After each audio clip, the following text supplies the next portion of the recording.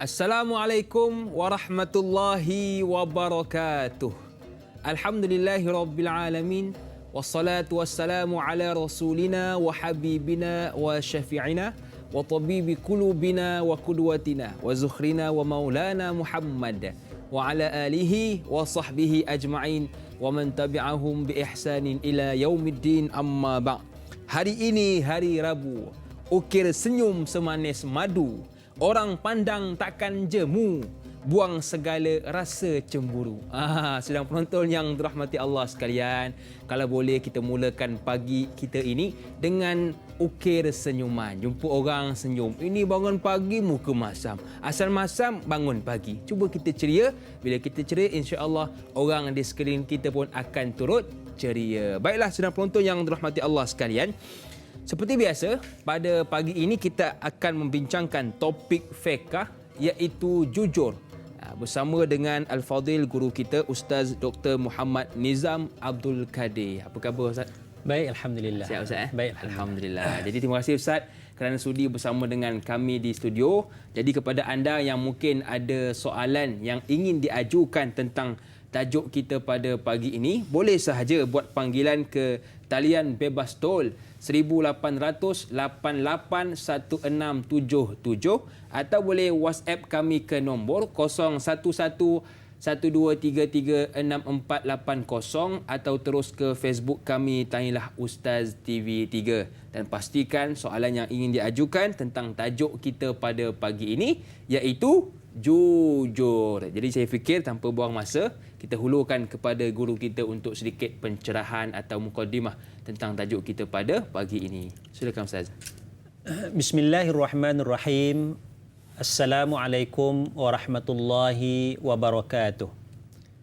Alhamdulillahi rabbil alamin. Allahumma salli ala Muhammad wa ala alihi wa sahbihi ajma'in.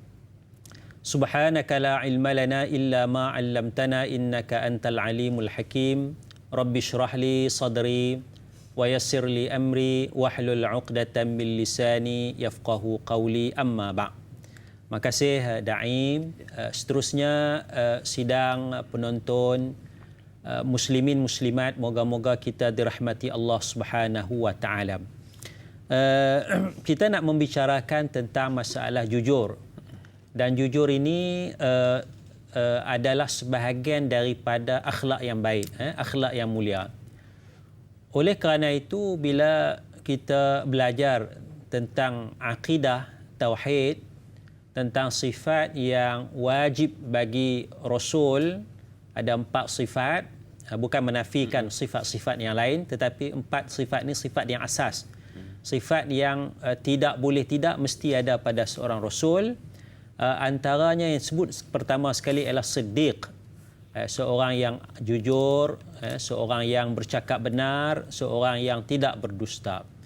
Jadi jujur ini, kejujuran ini adalah lawan kepada dusta, lawan kepada penipuan, lawan kepada pembohongan. Jadi kita nak membicarakan soal akhlak, bagaimana akhlak. Salah satu akhlaknya, akhlak yang baik iaitu akhlak bersikap jujur. Hari ini susah kita nak bersikap jujur ni kadang-kadang sebab kita suka nak jaga kan. Mungkin Da'i pun pernah dijemput mana-mana ceramah tiba-tiba tak sampai lagi. Dekat nak sampai dah, penganjur dah telefon dah kan pengurusi bahagian dakwah dah telefon, ustaz kat mana ni? Da'i kat mana? Kejap lagi, 5 minit lagi. Walhal 20 minit lagi. Kita nak bagi sedap 5 minit lagi sampai, 5 minit lagi sampai walhal jalan tak jam. Kita kata minta maaf jalan jam teruk tadi kan walhal kita keluar lambat Ini tuan-tuan, contoh maknanya kita tidak bersikap jujur. Kita tidak bersikap jujur. Dia bukan nak kena tipu sampai besar-besar, sampai juta-juta kita nak tipu Mana benda yang simple, yang kecil macam tu pun maknanya kita sudah ada sifat tidak jujur Sedangkan jujur ini satu perkara yang baik, satu perkara yang besar.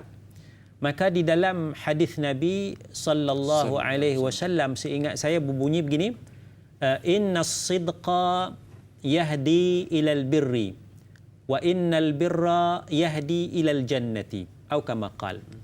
Sesungguhnya as-sidq, Bersikap jujur itu yahdi ilal birri, akan membawa kepada membawa kepada kebaikan, ya. Jadi salah satu elemen daripada kebaikan, kalau kita nak jadi orang yang baik, salah satu ciri yang kena ada ialah sidq, sifat benar, sifat jujur itu. Inna sidqa yahdi ilal birri, sesungguhnya kebenaran, jujur itu ataupun integriti itu, kalau kita luaskan dalam dunia hari ini, integriti itu membawa kepada kebaikan. Wa innal birra yahdi ilal jannati, dan sesungguhnya kebaikan, bila kita buat baik, kita jadi baik, kebaikan itu akan menunjuk jalan kepada syurga Allah Subhanahu wa taala. Maknanya di akhirat nanti kita nak mendapat ganjaran baik, ganjaran pahala daripada Tuhan sekalian alam, Tuhan Rabbul Alamin, Allah Subhanahu wa taala. Jadi salah satu perkara yang kena ada ialah as-sidq, sifat jujur, sifat amanah, sifat berintegriti itu, ya. Jadi itu saya nak bawakan mana dalam masyarakat kita sekarang susah kita sikap jujur, ya. Tadi saya sebutkan contoh dai, contoh saya sendirilah, orang panggil ustaz, ya, ceramah lambat datang dan sebagainya. Kadang-kadang bertindan ceramah tu kan, ya, bertindan, ya, tak boleh datang, bagi tahu alasan sakit gigi, ya, alasan demam, walhal pergi ceramah tempat lain, kan. Ceramah sini murah sikit, ceramah sana mahal sikit, kan. Alah, minta maaf tak dapat datang, sakit gigi, kan. Walhal pergi ceramah tempat lain. Itu tidak jujur. Begitu juga tidak jujur dari sudut pekerjaan kita, kan. Kita cari MC palsu dan sebagainya, ya. Yalah, kita pergilah tipu doktor tu, minta mak doktor tak boleh pergi kerja begini, kan. Doktor cek tengok, kan, ni nak kena MC ke? Kita buat muka, kan. Doktor pun bagi MC dan sebagainya. Walhal balik sihat je, kan. Kita dah tidak bersikap jujur. Begitu juga kita tak bersikap jujur dalam hubungan dengan kawan, ya. Kita menipu kawan dan sebagainya. Kita tidak bersikap jujur dalam rumah tangga di antara pasangan suami isteri. Kita tidak bersikap jujur di antara ibu bapa dengan anak, ya, tipu anak dan sebagainya. Alah, anak tu kecil lagi boleh tipu dan sebagainya. Kesemua ini satu sikap yang tidak baik kerana dia lawan kepada sikap jujur itu. Wallahu a'lam. Baik Ustaz, terima kasih atas pencerahan. Saya suka tadi, sesungguhnya sikap jujur itu membawa kepada kebaikan. Jadi betul lah Ustaz kata tadi, kan, bila sebut tentang sifat jujur, hari ini semua orang ada orang kata melakukan ke arah tidak jujur, baik seorang ustaz, baik seorang pensyarah, baik seorang ayah. Sebab itu kalau boleh kita buang sifat tidak jujur ini jauh dari kehidupan kita, insya-Allah. Baiklah sedang penonton yang dirahmati Allah sekalian, kita sudah ada soalan yang pertama di pagi ini. Soalan yang diajukan oleh sahabat kita di Facebook, Sahziatul Siddiq namanya. Assalamualaikum Ustaz dan Da'i. Waalaikumsalam. Apakah kepentingan keutamaan kejujuran dari sudut hukum fiqh menurut syariat Islam? Yang kedua, sikap jujur lawannya berbohong. Namun apakah perbezaan di antara berbohong dan tauriah? Situasi bagaimanakah seseorang itu boleh tauriah menyembunyikan sesuatu perkara agar ia tidak melanggarkan syariat Islam? Mohon pencerahan Ustaz. Sekian, terima kasih. Terima kasih kepada Sahziatul Siddiq yang sudi bertanya. Silakan Ustaz. Baik, terima kasih, ya. Ada dua persoalan. Yang pertama tentang kepentingan, jujur itu, kepentingan jujur. Mudah je kepentingan jujur ni. Kita ni suka tak kita ditipu ataupun tidak, ya? Tak suka. Kita sudah tentu kita tak suka, ya. Kita tipu orang, kita suka. Ya. Tapi bayangkan kalau kita ditipu, ya. Kita berjanji dengan kawan pukul 3 petang, 3.30 baru dia telefon, dia kata insya-Allah kejap lagi sampai, ya. Janji 3 petang nak jumpa. Kita dah tipu, kita tunggu 2.55, 2.50 kita dah sampai, ya. Dia 3.30 baru janji, baru nak tolak, baru nak. Kita tak suka keadaan yang sebegitu. Kawan janji berhutang, nak bayar hutang bila hujung bulan. Oh, ni ramai tak? Ramai hujung bulan, kan. Kita pun tunggulah, hari ni dah 26 hari bulan, lagi 3-4 hari. Bila hujung bulan dia kata aku tak kata tahun bila. Kan. Kan aku kata hujung bulan aku bayar, tapi aku tak sebut tahun pun. Kan boleh jadi tahun 2025. Kita dah terkena dah. Masa dia mula nak berhutang minggu sudah tu, dia kata hujung bulan aku bayar. Kan? Kita ingat hujung bulan ni. Kita dah tertipu kat itu. Jadi kita rasa tak suka. Jadi sinilah bila kita tengok lawan dia, sesuatu tu kita boleh kenal dengan lawan, kita nampak kepentingan bersikap jujur itu. Ya. Dan kalau dari sudut fiqahnya, orang yang tidak jujur ini makna orang ni tidak amanah. Orang ini orang yang fasik. Bila orang fasik ni dia ada hukum keadaan tertentu, ya. Orang fasik dia ada hukum keadaan tertentu. Maka di dalam hadis Nabi sallallahu alaihi wasallam disebut tentang tiga tanda, tiga alamat bagi seorang yang munafik. Mana dia fasik melakukan dosa dan dia munafik. Munafik dari sudut amalan. Ya, bukan munafik dari sudut akidah, ya. Munafik dari sudut amalan, berpura-pura dari sudut amalan. Iaitu wa idza wa'ada akhlafa, idza haddatha kadhiba, wa idza wa'ada akhlafa, wa idza tumina khana. Semua sifat-sifat ni, tiga ni nampak gayanya lawan kepada jujur. Yang pertama, idza haddatha kadzaba. Bila dia bercakap, dia tipu, dia bohong. Ini dah tak jujur. Ya, dah tak jujur. Dia bercakap, dia berbohong. Yang kedua, wa idza wa'ada akhlafa. Bila dia berjanji, dia tak tunaikan janji. Ini juga tidak jujur. Ya, janji tak jujur. Yang ketiga, wa idza tumina khana. Bila dia diberi amanah, dia khianat. Khianat ini tidak jujur, lawan kepada jujur. Jadi tiga sifat ini yang disebut di dalam hadis Nabi sallallahu alaihi wasallam kita boleh rangkumkan dalam masalah jujur dengan tidak jujur. Maknanya kalau jujur, orang itu tidak ada sifat munafik. Kalau orang itu tidak jujur, dia ada tanda atau sifat seorang yang munafik dari sudut amalan, ya. Baik, itu yang pertama. Yang kedua, beza di antara berbohong dengan tauriah. Beza di antara berbohong dengan tauriah, ya. Tauriah ini, ya, dia teknik sikitlah, ya, teknik sikitlah. Misalnya kita kata kita berada di satu rumah, bilik ni lah, ya, kita berada dalam sebuah bilik. Kawan kita ketuk pintu. Kawan kamu Abu tu ada tak? Kawan kamu Abu tu ada tak? Abu ada kat situ. Ada kat situ. Kan? Tapi terselindung sikitlah. Ada almari ke apa kan. Kita nak kata Abu tak ada? Ada. Maka kita jawab secara tauriah begini, ya. Abu tak ada kat situ. Okey. Abu kat situ. Kita kata Abu tak ada kat situ.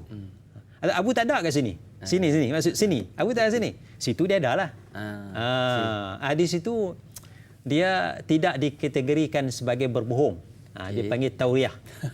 Ya, orang kena faham lah. Dia tak ada di sini. Tapi ada di situ. Ada di situ. Okey, faham. Kan? Begitulah mana. Dalam sebuah rumah ke, dalam satu jabatan ke, ada. Dia ada kat toilet tu. Tapi kita nak tahu dia pergi toilet. Minta maaf, dia tak ada kat sini. Kan? Jadi orang, okey, tak ada. Orang baliklah. Kan? Walau dia ada kat situ. Ini tauriah. Tauriah, ya. Itu nak lari. Nak lari daripada penipuan, ya. Bila orang cari seseorang dan sebagainya. Ada cangkul di rumah. Tak nampak pula kat sini cangkul. Walhal cangkul ada kat belakang tu. Tak nampak pula cangkul kat sini, kan? Tadi nampak, nampak kata. Tak nampak pula. Jadi orang perasan memang tak ada lah kat kawasan semua ni. Tapi kita maksudkan sini je, tak nampak kat sini. Itu teknik dipanggil tauriah. Itu dia tidaklah dikategorikan sebagai pembohongan, penipuan, ya. Itu dipanggil tauriah, istilah dia. Wallahu a'lam. Baik Ustaz, terima kasih atas pencerahan. Jadi kita nak tahu diri kita ni adakah tergolong dari golongan munafik amalan? Tadi Ustaz ada sebutkan 3, cuba kita cek. Yang pertama, adakah bila kita bercakap kita bohong? Yang kedua, bila kita berjanji kita tak tepati, dan yang ketiga, adakah bila diberi amanah kita tidak jujur? Kalau ada 3 ni, maka kita tergolong dalam golongan munafik amalan. Kita minta jauh dari Allah Subhanahu Wa Taala. Baiklah sedang penonton yang dirahmati Allah sekalian. Soalan yang kedua diajukan di Facebook juga. Nur Hayati Ismail. Assalamualaikum Ustaz dan Da'i serta kru, tanyalah Ustaz. Waalaikumsalam. Ada 2 soalan. Bagaimana untuk seseorang berlaku jujur demi menjaga hati, sedangkan ada sesetengah perkara perlu berkata benar walaupun pedih? Yang kedua, apakah sikap yang terlalu jujur boleh merosakkan diri kerana terlalu berterus terang? Mohon perkongsian ilmu dari Ustaz. Terima kasih. Kak Yat Bandar Tasik Puteri Rawang Selangor. Terima kasih Kak Yat yang sudi bertanya 2 soalan. Silakan Ustaz. Baik, yang pertama ialah menjaga hati ni pun satu perkara yang penting, ya, menjaga hati. Tetapi bila kita nak jaga hati sampai kita berbohong, ya, sampai kita berbohong, berlaku tidak jujur, sakit hati itu lagi pedih daripada kita berlaku jujur. Jadi panduan daripada Nabi sallallahu alaihi wasallam, qulil haqqa walau kana murran, katakanlah perkara yang benar walaupun pahit. Ya, katakanlah perkara yang benar walaupun pahit. Ya, mungkin orang tu akan terasa hatilah, ya, bila kita bercakap benar. Tapi bila kita berbohong, 2-3 hari kemudian dia tahu lagi sakit hati tu. Betul. Ya. Misal contoh beginilah, maknanya sekarang ni mula balik kuliah agama, kan, kuliah agama, masjid-masjid, surau-surau susun jadual, ya. Ada yang penceramah ustaz tu tak termasuk dalam jadual yang baru ni. Dulu sebelum PKP tu ada, kan. Jadi ustaz ni tanya bila saya boleh mengajar surau ni, masjid ni. Oh, minta maaf ustaz, kita tengah susun jadual ni, insya-Allah nanti kita akan hubungi, kan. Ada slot ustaz tu ada, kan. Bulan ustaz ni duk tunggu, bila nak boleh mengajar surau ni, kan. Dia kata ada slot, kan. Kata ada slot. Rupanya dah keputusan buat tak ada dah slot untuk ustaz, kan. Jadi lepas sebulan 2 tunggu-tunggu, Allah tengok jadual dah penuh dah di surau tu, di masjid tu. Tak ada nama ustaz ni. Kecil hati tak dia? Kecil, Ustaz. Sakit hati tak, kan? Jadi lebih baik kita berterus terang, minta maaf ustaz, jawatan kuasa dan mesyuarat, ya, kan? Nak kurangkan sikit, kan, ataupun nak ambil penceramah yang lain, ustaz yang lain. Ustaz pun dah lama mengajar kat sini, kan, kan. Kita jadi Allah, kenapalah aku tak dapat mengajar surau ni, tak apa macam 2-3 hari je, kan. Jadi dia boleh isi masa dia, ustaz yang kosong ni boleh isi tempat yang lain pula. Betul. Mungkin ada orang lain tanya, ustaz ada kosong? Oh, minta maaf saya ada surau ni. Sebelum PKP saya mengajar surau ni, dah jadual tetap. Betul. Jadi lebih baik kita berterus terang. Banyak hikmahnya. Banyak hikmah dia. Ya, mungkin dia rasa sakit hati sikit, kan, sedih sikitlah, kenapa. Tapi bila sakit hati kerana menipu itu, berbohong itu lebih dahsyat daripada kita sakit hati kerana bercakap benar, ya. Itu yang pertama, ya. Jadi prinsip dia pegang kepada hadis Nabi, qulil haqqa walau kana murran, katakanlah perkara yang benar walaupun perkara benar itu pahit. Itu satu, ya. Yang kedua tadi tentang adakah kalau terlalu jujur akan merosakkan diri, Ustaz? Jujur berbohong lawan dia, ya, tuan-tuan perempuan, dia di sana dia ada maslahah. Dia ada maslahah, ya. Kadang-kadang maslahah itu boleh dicapai dengan jujur. Kadang-kadang maslahah itu boleh dicapai dengan sedikit penipuan. Ya. Ini maslahah tu kita tengok. Tapi jangan kita salah guna pula. 90% cakap bohong, 10% je jujur. Jangan. Jujur itu wajib, berbohong itu haram. Berbohong itu haram. Tetapi ada keadaan-keadaan tertentu, case by case ni, tak boleh cakap jujur, kena bohong juga. Kalau tak berbohong, mudarat dia besar. Okey, faham. Mudarat dia besar. Maka misalnya kita nak mendamaikan orang yang sedang bergaduh, ya. A dengan B bergaduh, kan. A datang kepada kita, ya, cerita B ni jahat, cerita B ni zalim, cerita keburukan B. Kita pun dengar. B, bila A balik, B pun datang cerita keburukan A ni jahat, zalim, tipu dia, begini sebagainya, kan. Macam mana kita nak mendamaikan? Kalau kita bersikap jujur, ya, kita bagi tahu kepada A, B pun macam tu juga, dia kutuk awak, dia kata awak tipu dia. Lagi, kan? Lagilah marah. Kita bagi jujur dengan B, kita bagi tahu B, A ni pun saya dah jumpa dengan A cerita macam-macam buruk. Bila A dengan B jumpa, lagi bergaduh, kan? Lagi dendam. Di sini kita nampak maslahah tak boleh capai kalau kita bersikap jujur macam tu. Okey, faham. Ya. Maka ketika ini apa kaedah yang boleh kita guna? Di sinilah case by case ni kita terpaksa kita kata corner sikitlah. Kan?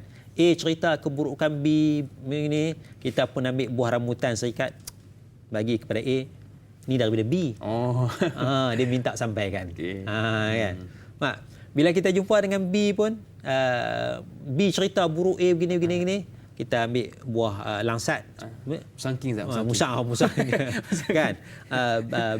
Bagi ni minta maaf ni A bagi ni. Kan? Dia kirim salam. Suka dia. Kan? Kita menipu. Jadi bila A dengan B jumpa tu, dia ada manis sikitlah. Ya, betul. Kan? Dia memang jahat kat aku, tapi dia bagi buah kat aku ni kan. Barangkali nak berbaik dengan aku. Jadi kita terpaksa ketika itu. Kalau kita terpaksa lah. Kalau tak, kita diam je lah. Kita diam. Mula A cerita tentang keburukan B, B pun cerita keburukan A pada kita diam. Kita tak payah duk cerita A kata apa kepada B, kita tak payah cerita B kata apa kepada kita diam. Itu satu. Yang kedua, kalau kita nak cuba damaikan juga, mungkin kita terpaksa. Ya, itu maknanya kalaulah berterus terang, kalau jujur itu nampak mudarat, kita ada dua pilihan, kita diam. Man samata naja, siapa diam insya-Allah dia selamat. Ataupun kita terpaksa guna teknik-teknik dengan tujuan kita nak mendamaikan mereka. Wallahu a'lam. Baik Ustaz, terima kasih atas pencerahan. Jadi untuk soalan pertama, jawapannya ialah berkata benar walaupun pahit, dan yang kedua, tengoklah mana yang lebih mendatangkan kebaikan, sama ada kita senyap ataupun kita bawa kepada kebaikan. Baiklah sedang penonton, kita nak berehat sebentar, kembali selepas ini dalam rancangan Tanyalah Ustaz, biar tahu jangan keliru.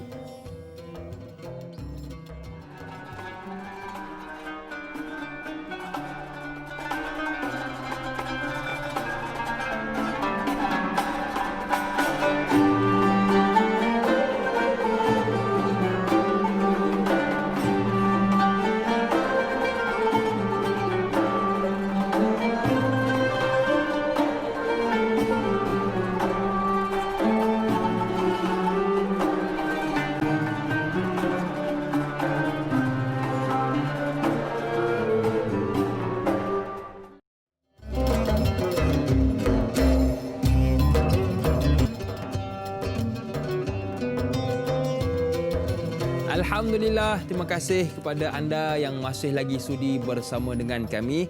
Buat anda yang mungkin baru bersama dengan kami, hari ini kita membincangkan topik fiqh, iaitu jujur, bersama dengan guru kita Al-Fadhil Ustaz Dr. Muhammad Nizam Abdul Kadir. Jadi kepada anda yang mungkin ada kemusykilan tentang tajuk kita pada pagi ini, boleh sahaja buat panggilan ke talian bebas tol 1800 881677 atau boleh WhatsApp kami ke nombor 011 1233 6480 atau terus ke Facebook kami Tanyalah Ustaz TV3. Dan yang menonton menerusi Facebook, kalau boleh tekanlah butang suka dan kongsi. Kita kongsikan apa yang kita dapat pada pagi ini insya-Allah. Baiklah sidang penonton, saya agak tertarik dengan soalan yang diajukan oleh sahabat kita di Facebook.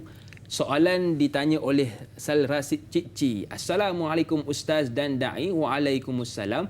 Sahabat saya telah ditipu oleh ejen untuk ibadah umrah beberapa tahun yang lepas. Seperti yang dijanjikan, semua berkumpul di KLIA. Namun orang yang bertanggungjawab tidak hadir dan tidak dapat dihubungi. Akhirnya semua pulang dengan rasa hampa. Soalan saya Ustaz, apa hukumnya orang yang tidak jujur dan mengambil wang orang lain, sedangkan wang itu untuk tujuan beribadah? Mohon Ustaz jelaskan. Terima kasih. Terima kasih kepada Saudara Rasid Cikci yang sudi bertanya. Ini banyak berlaku Ustaz. Ya. Silakan. Bismillahirrahmanirrahim.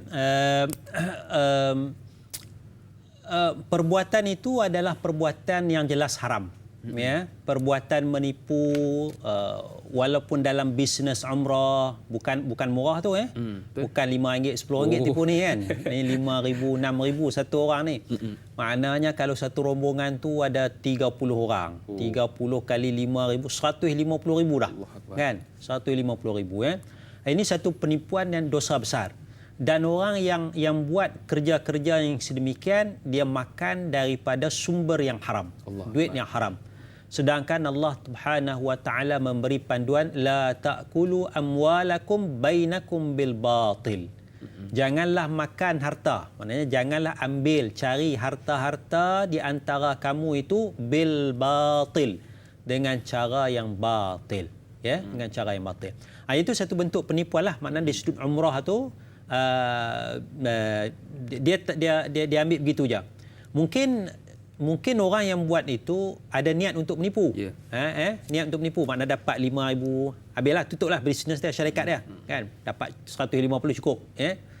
Mungkin dia syarikat yang dia tak menipu, tapi dia ada masalah nak dapatkan visa ke apa ke.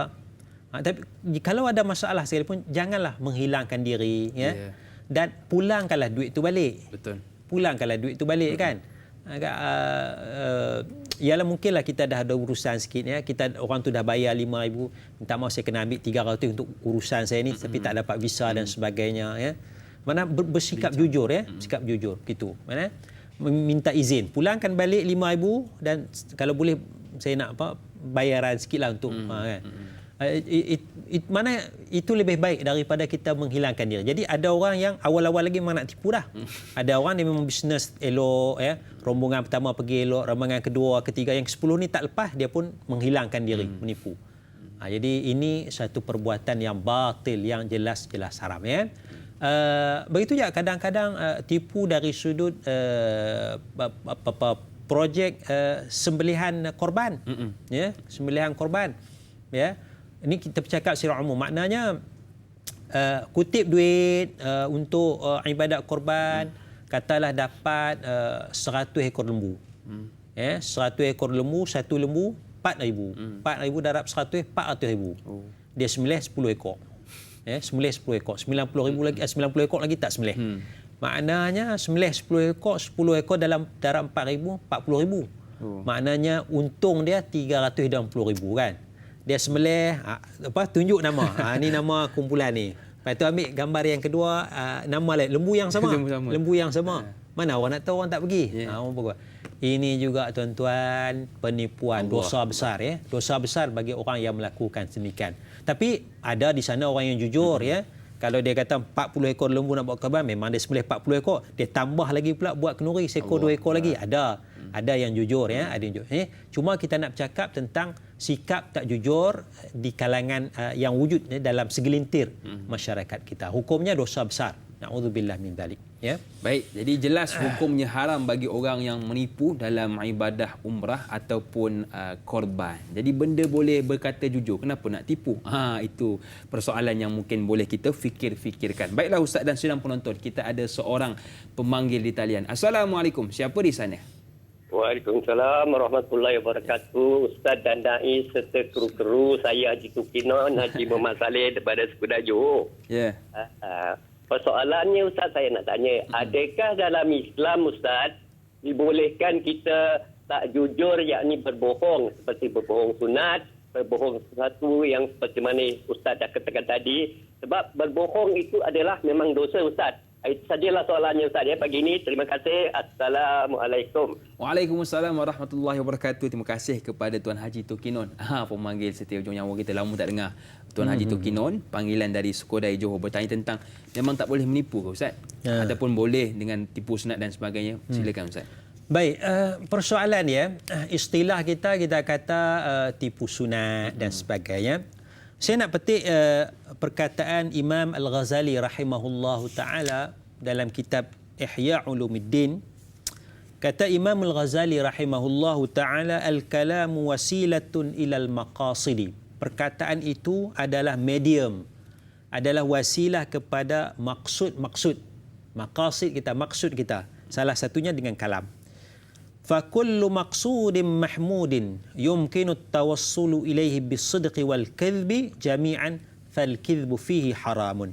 Maka tiap-tiap maksud, tiap-tiap tujuan yang baik, yang boleh sampai kepada tujuan yang baik dengan jalan yang benar dan dengan jalan yang haram, tipu, ya, maka menipu itu adalah haram. Sebab boleh sampai dengan jalan yang jujur. Jujur pun boleh dapat, kalau tipu pun dapat, maka tipu ni haram, kena guna jalan jujur, ya. Tapi wa in amkana at-tawassulu ilaihi bil kidhbi duna as-sidqi fal kidhbu fihi mubahun in kana tahsilu dhalika al-qasdi mubahan. Kalau dan jika mungkin sampai kepada tujuan yang baik itu dengan tipu. kita ada tujuan yang baik, tapi jalan dia kena tipu. Tak boleh kalau bercakap benar. Tak boleh cakap benar. Maka penipuan itu adalah harus kalaulah menghasilkan tujuan itu adalah harus. Contoh dia tadilah, nak mendamaikan orang ni, macam mana kita nak damaikan? Kawan-kawan yang bergaduh, jiran-jiran yang bergaduh, adik-beradik yang bergaduh, maka kita terpaksalah berlakon sikit, A dengan B tadi, contoh mudah tadi, A dengan B tu kita bagi kepada A, kita kata ni B bagi. Wahal B tak bagi. Duit kita beli buah langsat ke, buah durian ke, kita bagi kepada A, ni B bagi. Kita pergi jumpa dengan B, kita bawa buah durian juga, kita kata ni A bagi. Kan? Pasal apa? Pasal kita nak mendamaikan. Kita nak mendamaikan, kita nak damai. Jadi itu kefahaman oleh Al-Imam Al-Ghazali rahimahullahu taala, dan perkara ini bersandarkan kepada satu hadis Nabi sallallahu alaihi wasallam, satu riwayat hadis, iaitu daripada Ummu Kalsum radhiyallahu anhu, saya tidak mendengar Rasulullah sallallahu alaihi wasallam memberi keringanan fi syai'in minal kadhib, pada sesuatu pun daripada penipuan. Nabi tak bagi izin langsung, tak bagi keringanan untuk berbohong sama sekali, illa fi thalas, melainkan dalam 3 keadaan. Maknanya asalnya tak boleh menipu, tapi tengok kes ni, 3 keadaan ni kadang-kadang kena menipu sikit. Yang pertama, ar-rajulu yaqumul qauma qawla yuridu bil islaha. Seorang manusia yang bercakap, dia nak mendamaikan di antara manusia yang bergaduh. Nak mendamaikan di antara manusia yang bergaduh. Tipu sikit. Kalau kata kita bagi buah durian A dengan B, tak mudarat apa pun. Kalau mereka tak berdamai pun tak apalah. Kan? Tak apalah, makna kita kadang habis duit kita lah bagi buah itu jelah kan. Kita niat sedekah jelah kan. Yang kedua, warrajulu yaqulul qawla fil harbi. Seorang manusia yang berkata tidak benar dalam peperangan. Ini perang saraf. Pasal apa? Pasal kalau cakap benar, perang berlaku, pertumpahan darah, banyak manusia akan mati dibunuh. Kan? Pihak lawanlah, musuh kebunuh. Maka kita cakap bohong supaya peperangan itu terhenti. Dibenarkan. Kerana kita nak menyelamatkan nyawa tu. Kan? Kita pergi jumpa dengan pihak ni, sana tentera dah hebat apa, kelengkapan tentera. Sini kita seperang kot. Kan? Mana kita hantar rombongan, kita cuba berdamailah. Kita berbohong, sedangkan sana pun nak kalah dah ni. Macam mana? Kan? Ini kalau nak hentikan peperangan tu, itu dibenarkan di dalam hadis Rasulullah sallallahu alaihi wasallam. Akal kita yang sihat pun kata, betul apa yang Rasulullah kata ni. Nak mendamaikan manusia, tipulah sikit. Kan? Bukan kita dapat keuntungan apa. Nak menghentikan peperangan, ataupun supaya jangan berlaku peperangan. Logik akal. Betul. Apa yang disabdakan, apa yang disebut di dalam hadis Rasulullah sallallahu alaihi wasallam. Yang ketiganya, ini selalu berlaku ni. Warrajulu yuhaddithu imra'atahu, dan seorang suami yang bercakap dengan isterinya. Pernah tak tipu isteri? Pernah buat je. Pernah buat. Kan? Itu dibenarkan. Apa maqasid dia? Maqasid dia ialah, maknanya masing-masing ada kesalahan. Suami ni ada salah gini. Kalau cakap benar kan, isteri marah, masam muka, tak cakap 3-4 hari, tak masak 3-4 hari, kan? Bungkus kain baju balik rumah mak dia ke apa-apa. Semalah kan. Itu terpaksa nak berbohong sikit. Maka untuk menjaga rumah tangga daripada runtuh, daripada bercerai-berai, untuk menjaga keharmonian rumah tangga, maka dalam hadis Nabi benarkan tipu sikit. Tapi maknanya lepas tu ni baliklah. Maknanya masa tu kalau bercakap benar tu meletup bom, bohong kejap, matikan switch tu, lepas tu cakap benar baliklah. Kan switch dah mati dah, selamat dah kan. Maknanya isteri dah elok, tenang dah. Sebenarnya tadi abang bohongnya tu. Kan. Gurau kan, tadi bohongnya kan. Katalah balik ni kena marah ni. Balik tu macam Piramli buatlah. Balik tu balut sana, balut sini. Isteri nak marah tu tak jadi. Sayang pada suami pasal kemalangan. Sian pula suami aku kan. Kan. Terpaksa. Kan. Lepas tu eloklah kan. Betul. Tapi adakah sekadar suami je boleh tipu isteri? Tipu kita ni lah. Bukan tipu macam ya. Tipu ni dalam kurungan dalam. Buat sini tipu macam tu. Suami tipu isteri. Menariknya tuan-tuan, adilnya Islam ni, dalam hadis ni sebut wal mar'atu tuhaddithu zawjaha. Dan seorang isteri bila dia bercakap dengan suami dia tu, dia pun boleh tipu sikit. Boleh kona juga. Boleh kona juga. Kona tu ringan sikitlah. Tipu tu tak apa sedap. Dia kona sikit suami dia. Pasal apa? Pasal nak jaga kerukunan rumah tangga. Misalnya kita kata contoh mudahlah. Suami dia ni payah nak balik malam. Lambat balik. Telefon abang duk mana ni? Anak demam ni. Kan? Nak bawa pergi klinik. Suami pun tengah makan apa, nak apa lepak dengan kawan-kawan sampai pukul 12 tengah malam, kan? Tak jadi lah, tak minta maaf kata anak demam kata balik tengok anak sihat je. Kan? Maknanya mana kona sikitlah kan. Pasal tiap-tiap malam suami dia balik pukul 12 malam. Balik kan? Jadi itu mana rumah tangga tu. Ya, betul. Ya. Jadi bukan tipu lah, mana kona sikitlah, kona sikit. Duit suami ada RM100 dalam ni. Kan? Isteri tengok aku nak beli barang banyak ni kan. Suami balik petang tu buka baju tu, isteri ambil petang tu nak basuh, tengok ada duit. Simpan je lah. Suami tanya, malam tu nak pergi surau, ada duit, nampak duit? Basuh dah baju siap dah, tak tahu hancur habis dah kan, tak ada. Kan? Kan duit tu bukanlah ni isteri nak guna beli belanja dapur, makna duit nafkah lah kan. Dah suami dia berat nak bagi, dia pun ambil macam tu je lah. Boleh lah sikit-sikit. Kona tu. Wallahualam. Baik, jadi orang kata nak untuk kona lah ya. Sebab kata Ustaz nak bahasa sedap. Kalau nak kona boleh, tapi pastikan 3 perkara untuk mendamaikan antara 2 orang yang bergaduh. Yang kedua dalam peperangan, dan yang ketiga tipu isteri ataupun kona dengan suami. Baiklah, sedang penonton, kita nak berehat sekali lagi. InsyaAllah kembali selepas ini dalam rancangan Tanyalah Ustaz, biar tahu jangan keliru.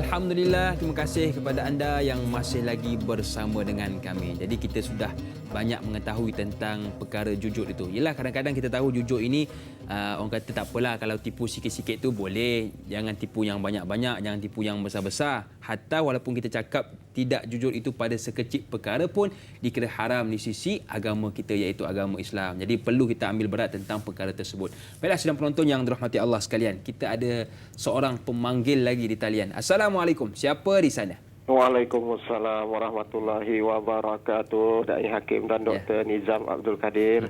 Saya Omar Abdul Majid dari Felda Cini Timur 3, Pekan Pahang. Assalamualaikum Doktor dan Dai. Waalaikumsalam warahmatullahi wabarakatuh. Sihat ke Tuan Omar? Alhamdulillah saya sihat. Macam slow je. Pagi ni dia slow sikit lah Dai. Pasalnya dia sejuk sikit pagi ni. Jadi soalan saya begini Doktor ya. Kita nak boleh tahu mengenai inilah. Kadang-kadang kejujuran ini amat sukar untuk kita serlahkan. Buat ni Doktor. Kadang-kadang kita dengan isteri rumah kadang masak tu terlebih garam masin. Nak ditegurkan takut kecil hati. Kalau tak ditegurkan, selama-lamalah kesilapan itu dilakukan. Kalau ditegur cara jujur, cara terus terang, jawabnya tak adalah dah merasa masakan tu jawabnya. Jadi kalau kita nak biarkan, akan berlaku lagi lah. Akan berterusan kesilapan itu dibuat kerana kita tak tegur. Jadi masalahnya kadang-kadang di pejabat pun gitu juga. Kadang-kadang kita tahu dah perkara itu tak betul dibuat, tapi kalau kita tegur kawan rapat, jawabnya kalau pandai sangat buatlah, peduli apa dengan aku. Jadi itu masalahnya Doktor, kerana kalau tak ditegur berpanjanganlah kesalahan itu dilakukan. Jadi bagaimana untuk menyelesaikan permasalahan begini rupa Doktor? Kerana kalau kita tipu pun nampaknya tak menyelesaikan masalah. Jadi bagaimana cara untuk kita menyelesaikan permasalahan dengan rakan ataupun dengan isteri di rumah sekalipun? Itu soalan saya Doktor dan Dai. Terima kasih banyak Doktor dan Dai. Assalamualaikum. Waalaikumsalam warahmatullahi wabarakatuh. Terima kasih kepada Tuan Omar dari Pekan Pahang yang sudi menghubungi kita. Betul Ustaz ya? Kadang-kadang kita hari inilah nak jujur, nanti isteri terasa ataupun kawan sekerja terasa. Jadi bagaimana kaedah yang terbaik Ustaz? Silakan. Baik, isunya ialah kita dalam rumah tangga kalau bercakap jujur dengan pasangan kecil hati, ya. Isunya ialah kita bercakap jujur dengan kawan marah, ya. Kawan tak nak buat kerja dan sebagainya, ya. Perkara-perkara sebegini berbalik kepada kebijaksanaan kita, bagaimana kita nak menegur. Kembali kepada kalau suami, bagaimana suami bijaksana untuk menegur kesilapan kecil isteri yang letak garang lebih tu. Mungkin deria mesin isteri itu kurang berbanding yang suami punya. Suami tak apa suka mesin. Wallahualam, kan. Jadi macam mana nak menegur? Ada satu kisah yang menarik yang kita ambil maksud daripada kisah ini. Dikatakan dikatakan kisah ini berlaku kepada dua cucu Nabi SAW, Hasan dan Husain. Diceritakan. Saya tak apa nak pasti riwayat ini sahih ataupun tidak. Tapi saya nak ambil mafhum dia, konsep dia tu. Diceritakan Hasan dengan Husain melihat seorang lelaki pakcik tua mengambil wuduk tapi salah. Jadi pakcik ni orang tua. Orang tua ni perlu dihormati. Kan? Tapi wuduk dia salah. Saidina Hasan, Saidina Husain muda, mungkin belasan tahun, mungkin lebih lagi, wallahu a'lam. Macam mana nak menegur pakcik yang dah tua ni wuduknya salah? Kesalahan tu kena dibetulkan. Betul. Jadi kalaulah kita bayangkan seorang budak muda, seorang pakcik yang ambil umur 60 tahun pergi ambil wuduk, datang seorang budak 15 tahun, pakcik salah ambil wuduk tu tak sah. Kan? Pakcik tu aku dah mengaji berapa puluh ustaz dah mengaji, kan. Tak ada ustaz pun tegur aku lagi, kan. Kan? Kamu budak Nangoi lagi ni baru datang surau, kan. Apa Nangoi, Ustaz? Nangoi ni anak babi lah. Maknanya dia tak tahu apa lagi. Nangoi kecil lagi, kan. Kecil lagi, kan. Baru nak tumbuh misai berani tegur aku, kan. Aku ni pengurusi surau. Itu dia. Kan. Kan. Jadi begitulah keadaan. Jadi kita balik pada cerita ni, roh cerita ni pada Saidina Hasan, Saidina Husain diceritakan melihat pakcik ni salah ambil wuduk. Apa dia buat? Maka mereka datang jumpa pakcik, kami ni adik-beradik, pakcik tolong tengok bagaimana kami nak ambil wuduk, siapa wuduk yang betul, siapa yang salah. Pakcik jadi hakim. Maka Saidina Hasan pun katanya ambil wuduk cantik elok, cucu Rasulullah, kan. Saidina Husain pun ambil wuduk cantik elok, kan, sempurna elok, kan. Cucu Rasulullah, kan. Mengaji dengan Rasulullah sallallahu alaihi wasallam. Jadi sini barangkali pakcik ni kata budak-budak ni nak kena aku. Jadi roh ni, saya tak apa pasti nak cari cerita ni apa sahih ke dhaif ke, tapi roh cerita dia bagaimana cara menegur yang ditunjukkan oleh dua anak muda ini terhadap kesalahan ambil wuduk oleh orang tua. Hikmah tu. Maka beginilah mana tuan-tuan, terserahlah. Bukan kata suami je nak tegur isteri. Isteri macam mana dia nak tegur suami? Suami dia ada ego dia. Dia sebagai ketua rumah tangga. Kan? Kalau isteri silap tegur, suami marah. Begitu je suami kalau dia silap tegur isteri dia kecil hati dan sebagainya, mungkin tak masak apa hari dan sebagainya, beli kedai lah, senang. Kan? Begitu juga dengan rakan sepejabat dan sebagainya. Jadi balik kepada soalan Tuan Omar tadi tu, pandai-pandailah kebijaksanaan kita untuk menguruskan keadaan begitu. Maknanya salah satu bila kita nak tegur tu, kita nak kena tengok orang yang kita nak tegur tu macam mana. Betul. Orang ni kalau kita terus terang ni dia tak ada masalah, dia tak terasa hati. Orang ni kalau kita terus terang dia terasa hati, dia tak buat kerja terus. Itu macam mana kita nak deal dengan keadaan tu. Suami isteri dah hidup lama 10 tahun, 20 tahun, takkan suami tak tahu perangai isteri. Takkanlah isteri tak tahu perangai suami. Maka bila tahu keadaan macam tu, maknanya kita kena gunakan kelebihan yang ada pada kita tu, kita tahu keadaan orang yang kita nak tegur tu, kebijaksanaan kita. Wallahu a'lam. Baik, jadi terpulang kepada kebijaksanaan kita bagaimana untuk kita mengurus akan keadaan tersebut. Yalah, kadang-kadang bab kata Ustaz tadi, kalau kita nak direct terus mungkin dia akan terasa, ataupun kita gunakan kaedah yang lain seperti yang Ustaz ceritakan tadi, insya-Allah. Baiklah Ustaz dan sedang penonton, saya agak tertarik dengan soalan yang diajukan di Facebook. Laila Dila Rosa, tu dia nama dia. Assalamualaikum Ustaz, da'i serta kru, tanyalah Ustaz, semoga sihat hendaknya. Waalaikumsalam. bagaimanakah sekiranya kita berhadapan dengan orang yang pandai memanipulasi situasi dan keadaan sehingga ada yang menganggapnya seorang yang jujur, walhal dialah yang banyak berbohong dan bersikap talam dua muka. Mohon Ustaz berikan pandangan. Terima kasih Ustaz dan Da'i. Terima kasih kepada Laila yang sudi bertanya. Talam dua muka Ustaz. Ya, kalau kita dah tahu kalau kita dah tahu talam dua muka kalau kita masih deal lagi, masih berunding dengan dia dan sebagainya, sudah tentu kita akan kena. Ya. Kita dah kena banyak kali dah kena tipu dengan dia kan. Yang ni dia buat muka lagi pun susahlah begini, kita pun termakanlah pujuk rayu dia tu. Kena lagi kan. Kita dah tahu dah. Maka di sini mungkin kaedah yang selamatnya, maka kita kena menjauhkan diri daripada dia. Dia dah berhutang 3 kali dengan kita. Tak bayar lagi. Datang lagi minta hutang.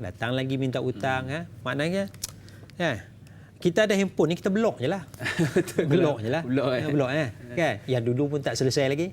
Maknanya sampai satu pangkat kita kena tegas. Kita kena tegas. Sebab lama-lama kita duk tolong dia RM50, hutang RM50, hutang RM50, hutang. Kan? Kita pun terbeban juga. Kan? Jadi dia janji nak bayar, janji bayar tak bayar. Hutang sentiasa bertambah. Lepas tu bukan dengan kita saja. Kan? Kita duk sembang dengan kawan lain pun, dia itu ada hutang juga. Jadi akhirnya hutang tu macam burn begitu je, habis begitu je. Kan? Dia minta. Jadi mungkin kita boleh blok, mungkin kita kena tegas, habis mana tak ada dah. Sebab bukan kita tak nak tolong, kita dah tolong dah dia, tapi kita tahu perangai dia bukan masalah dia tak cukup duit. Tapi memang dia jenis nak berhutang macam tu dan sebagainya, ya. Maka kita kena larilah daripada orang macam ni. Kalau kita tak lari, maka kita akan selama-lamanya ditipu macam tu. Wallahu a'lam. Dan ni mungkin keluar tajuk Ustaz. Mana contoh kita kenal dia ni seorang yang tak jujur. Boleh kita cerita kat orang lain. Kalau dia minta duit, kau jangan cari. Adakah itu buka aib atau bagaimana? Baik. Dia masuk dalam ribah. Masuk dalam ribah. Maknanya kita mengumpat. Ribah ni makna mengumpat. Kita mengumpat seseorang, dan mengumpat seseorang ini adalah haram. Mengumpat seseorang ini adalah haram. Tetapi dalam mengumpat ni pun dia ada sedikit pengecualian. Dia ada jujur ni. Macam jujur ni ada sedikit pengecualian, ya. Tipu tu ada sikit. Ya. Macam kita bimbang. Kalau kita tak ceritakan, orang kawan kita ni akan kena tipu. Ya, betul. Kan? Kita memang dah kena tipu banyak kali dah. Kan? Jadi kawan kita ni, kita boleh menceritakan. Walaupun asalnya memang mengumpat, kita kata tak usah bagilah. Dia tu banyak masalah, tu banyak kes. Hutang dengan ramai orang tak bayar kan. Kita buka aib sikit. Ya. Keburukan tu. Cerita tu benar. Maka untuk menyelamatkan keadaan macam tu, supaya kawan kita ni tidak ditipu. Wallahualam. Baik Ustaz, terima kasih atas pencerahan. Kita ada seorang lagi pemanggil di talian. Assalamualaikum. Siapa di sana? Waalaikumsalam warahmatullahi wabarakatuh. Ya. Silakan. Ya, Cik Julius daripada Air Hitam Pulau Pinang. Ya, silakan tuan. Assalamualaikum Da'i Hakim dan juga Dr. Abdul Nizam Abdul Kadir. Waalaikumsalam warahmatullahi wabarakatuh. Sihat. Alhamdulillah sihat. Soalan saya begini. Apakah punca-punca yang boleh menyebabkan seseorang itu tidak jujur? Okey. Adakah disebabkan oleh tidak mengerjakan amalan-amalan wajib? Okey. Tetapi kita tengok orang yang berjubah, yang berkopiah pun sanggup menipu.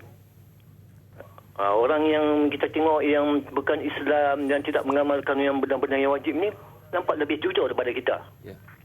Tapi nak minta pencerahan daripada doktor. Okey. Akibat orang yang menipu, mungkir janji dan juga khianat ni, ada ancaman daripada Allah, kata dimasukkan ke dalam neraka yang paling dasar. Boleh tak doktor bagi ancaman yang paling bagi orang tahu sikit, ancaman yang paling teruk?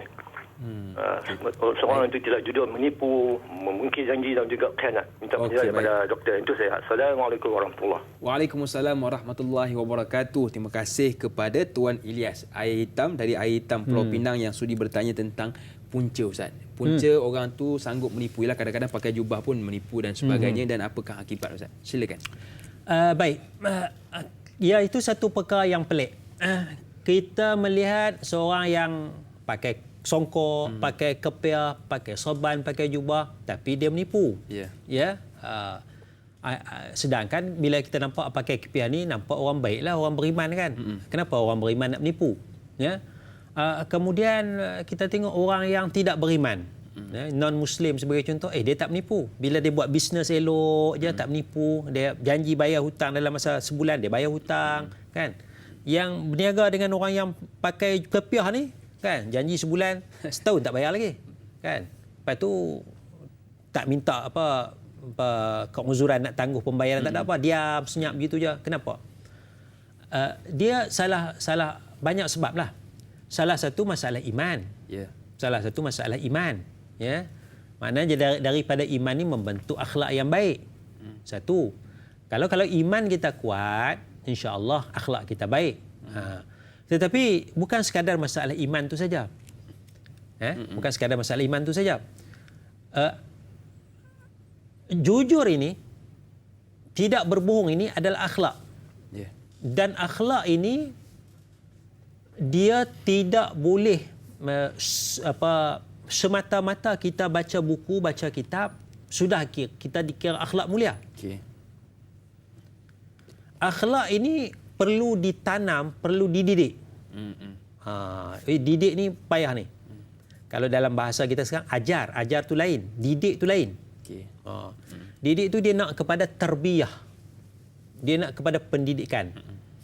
Kalau ajar ni bahasa mungkin mengajar, kita kena bercakap benar.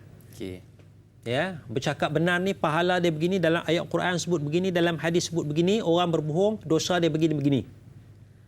Tapi belum tentu yang mengajar itu berakhlak dengan akhlak jujur. Sebab dia hanya mengajar saja. Betul. Dia belum mendidik lagi. Jujur itu belum masuk lagi. Ya. Maknanya dia bercakap soal sedekah. Bila tanya apa hukumnya sedekah? Sedekah ni amalan yang baik, Allah bagi pahala dengan begini-begini. Tapi adakah dia sudah menjiwai akhlak bersedekah? Itu susah tu. Betul. Jadi cakap senang. Dia cakap sabar. Orang tu kena penyakit, kemalangan, sabar ni pahalanya besar. Ya. Barang yang dicuri, sabar, ya, sabar. Ini Allah Taala nak uji nak uji awak ni, kan, nak angkat darjat awak, kan, sabar. Adakah bila saya yang bercakap sabar, adakah saya betul-betul menjiwai akhlak sabar? Belum tentu lagi. Bila nak tahu? Bila saya diuji, orang tu kemalangan tu sabar, kan, kaki patah sabar. Bila saya diuji macam tu, adakah saya ketika tu boleh nampak sabar ataupun tidak? Kalau ketika tu saya tepuk dinding lah, apalah, marah, kenapa Allah Ta'ala, itu maknanya tak bersabar. Jadi ramai orang cakap soal sabar, tetapi dia tidak menjiwai akhlak sabar. Ramai orang cakap soal jujur, akhlak mulia, tapi dia belum menjiwai akhlak mulia tu. Jadi balik kepada soalan, kenapa orang ni nampak baik tapi dia jiwa tu belum masuk lagi. Belum menjiwai sesuatu akhlak tu. Jadi dia ambil masa. Sebab itu dalam disiplin ilmu sebagai contoh, dalam tradisi Islam dia ada ilmu tasawuf. Dan dalam ilmu tasawuf ini dia bercakap soal akhlak. Dan untuk mendidik orang tu betul-betul berakhlak, dia kena ada guru yang memimpin, syekh dia. Syekh tu dia bukan nak baca kitab banyak. Dia bukan nak baca kitab, tapi dia nak mendidik, nak masukkan akhlak-akhlak yang mulia. Misalnya nak masukkan akhlak istiqamah. Kita dah tahu dah baca Quran tu pahala banyak, tapi macam mana nak didik diri kita supaya istiqamah baca Quran tu? Jadi kena ada guru yang memimpin kita. Begitulah dengan soal-soal sifat-sifat mulia yang lain, ya. Wallahu a'lam. Dan Ustaz, bagaimana akibat bagi orang yang tak jujur, menipu ni? Kalau orang yang tak jujur, orang yang menipu ni, ada banyak hadis sebenarnya, ya. Ada banyak hadis. Saya salah satu daripada hadisnya, iaitu hadis yang diriwayatkan oleh Imam Al-Bukhari, ala unabbiukum bi akbaril kabairi al-isyraku billah wa uququl walidain. Summa qa'ada wa qala illa wa qawl az-zur. Maukah kamu Kata Nabi SAW, maukah kamu aku bagi tahu tentang sebesar-besar dosa? Di kalangan dosa-dosa besar, apakah dosa yang paling besar? Yang pertamanya al-isyraku billah, syirik dengan Allah. Syirik, melakukan syirik. Ya, kita tidak mentauhidkan Allah.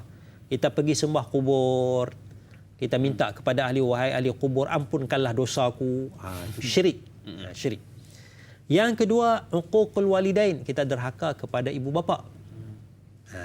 Yang ketiganya, wa qaulaz zur, cakap bohong.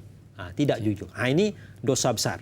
Dosa besar ni automatiklah kalau tak dapat keampunan daripada Allah Subhanahu Wa Taala, maka dia akan dihuban masuk ke dalam neraka. Disebut di dalam hadis yang lain ya bahawa salasatun la yukallimuhumullah wa la yanzuru ilaihim wa la yuzakkihim wa lahum adzabun alim. Ada 3 golongan Allah tak bercakap. Itu. Allah tidak melihat kepada mereka. Allah Maha melihat, tapi Allah tidak melihat. Maksudnya Allah tidak melihat dengan rahmah. Okey. Ya, maka tak dapat rahmat daripada Allah. Sedangkan kita mengharapkan rahmat daripada Allah. Wala yuzakkihim, Allah tidak menyucikan mereka. Allah biarkan mereka. Walahum adzabun alim, bagi mereka 3 golongan ni azab yang pedih. Allah. Itu tak balasan begini. Ya, apakah 3 golongan ni? Syekhun zanin, orang tua yang berzina. Allah Akbar. Orang tua, orang yang dah kahwin dia berzina. Allah Ta'ala tak bercakap, Allah Ta'ala tak tengok dengan rahman, Allah bagi mereka azab yang pedih. Wa malikun kadzab, dan pemimpin yang penipu. Ya. Ini fokus kepada masalah pemimpin yang menipu. Kadzab, kaki pembohong. Jadi maknanya bila berbohong tu, bila berbohong tu lebih-lebih lagi pembohongan itu datang daripada pemimpin. Datang daripada orang yang ada kuasa, lagi besar dosanya. Allah. Lagi besar kesalahannya bagi orang yang macam ni, pemimpin yang berbohong ini, azab yang sangat pedih. Itu sebahagian daripada hadis yang sebut tentang balasan azab bagi orang yang berbohong. Wallahu a'lam. Baik Ustaz, terima kasih atas pencerahan. Jadi kalau kita bercakap bohong ini, antara balasan terbesar ialah tergolong dalam golongan melakukan dosa yang besar. Inilah yang kita minta dari Allah agar dijauhkan dari bersikap bohong. Baiklah senang penonton, kita nak berehat sekali lagi. Kembali selepas ini insya-Allah dalam Tanyalah Ustaz, biar tahu jangan keliru.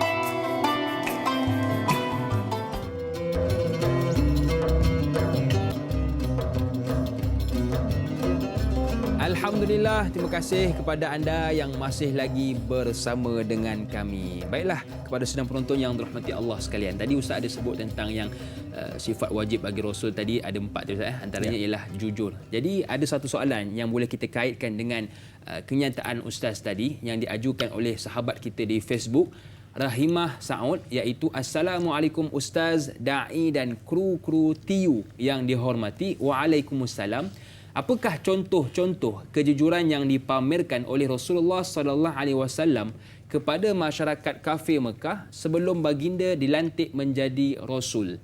Yang kedua, kejujuran itu mahal nilainya. Apakah ganjaran yang Allah janjikan bagi orang-orang yang jujur semasa di dunia? Terima kasih Ustaz dan Da'i, terima kasih kepada Rahimah Saud yang sudi bertanya. Silakan Ustaz. Baik, yang pertama contoh kejujuran yang ditunjukkan oleh Rasulullah sallallahu alaihi wasallam sangat banyaklah ya, sangat banyak sehingga banyaknya sifat jujur ni, sifat amanah ini, tidak pernah berbohong ini, sehingga Nabi Muhammad sallallahu alaihi wasallam digelar Al-Amin. Manusia yang sangat jujur, manusia yang sangat amanah. Tidak sama sekali pernah berbohong ya. Maknanya daripada kecil sampailah sebelum jadi nabi lagi sudah diberi gelaran itu. Maknanya sifat baik, bukan kerana dia jadi nabi, bukan rasul. Memang itu sifat manusia yang bernama Muhammad sallallahu alaihi wasallam ya. Jadi kalau dalam masyarakat Arab jahiliyah ketika itu pembohongan ni satu norma biasa. Oh, Norma biasa. Maknanya biasalah dalam perniagaan menipu, ya, harga barang sekian, dijual dengan harga sekian, sedangkan harga barang asal mungkin jauh lebih murah daripada itu. Kan? Bila berniaga, kita ambil barang daripada tuan dia ni dengan harga barang kita kata RM1. Bila kita kata saya beli barang pun harga RM3 dah ni. Takkan saya nak jual murah pada RM3. Wahai kita ambil modal RM1 je. Betul. Kita dah mula menipu. Jadi Nabi SAW kalau kita baca dalam sirah dia tak buat macam tu. Maknanya jujurnya Nabi beritahu harga yang Nabi ambil banyak mana, yang Nabi nak jual banyak mana. Untung banyak mana yang Nabi ambil. Jujur. Dan keuntungan berlipat kali ganda. Allah. Kita nampak kalau buat macam tu rugilah kita. Betul. Kan? Rugilah kita kan. Harga modal RM1, kita kata modal RM3. Kan? Rugilah kita untung sikit kan. Tak. Rupa-rupanya bila Nabi praktiskan, ya, kita katalah harga 1 dirham modal, Nabi nak jual harga 5 dirham, untung 4 dirham, lagi banyak keuntungan. Itu satu contoh bentuk kejujuran yang ditunjukkan contoh oleh Nabi Muhammad sallallahu alaihi wasallam. Begitulah maknanya dalam kehidupan harian, makna dari sudut percakapan Nabi tak pernah berbohong, dari sudut janji Nabi tak pernah mungkir, tak pernah berbohong, jadi tunaikan janji dan sebagainya. Segala-gala yang berlaku itu, kesemuanya itu telah ditunjukkan contoh oleh Nabi Muhammad sallallahu alaihi wasallam sehingga Nabi digelar Al-Amin. Orang lain tak digelar, kan?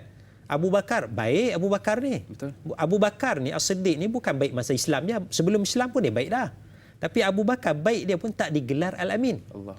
Maknanya Nabi Muhammad ni sangat-sangat jujur, sangat-sangat amanah sehingga digelar Al-Amin. Maknanya contoh tu terlalu banyak. Cuma mungkin kitab sirah tak menceritakan segala-galanya. Yang cerita itu berkait dengan sebahagian daripada kehidupan Nabi sebelum daripada menjadi Rasul. Cerita banyak selepas jadi Rasul lah. Yang cerita sebelum jadi Rasul tu kuranglah sikit. Baik, itu satu. Yang kedua tadi? Baik Ustaz, sebelum kita nak jawab soalan yang kedua itu, kita nak raikan pemanggil Ustaz di talian. Assalamualaikum. Siapa di sana? Waalaikumsalam. Ya, silakan. Abdul Rahman daripada Serman. Ya Tuan Abdullah, apa khabar? Baik Tuan. Silakan Tuan. Ini di dalam perniagaan, kalau peniaga tu tak jujur menjual barangan dia, tipu timbangan dan barang-barang yang dah busuk dan sebagainya, makanan yang semalam tu, apakah macam mana? Hidup tak berkat lah Ustaz. Saya perhatikan hidup mereka ni tak berkat. Ada je masalah. Dan lagi satu Ustaz, apakah yang dikatakan jual agama? Adakah dianggap termasuk golongan tidak jujur pada Allah dan Rasul? Itu saja, terima kasih.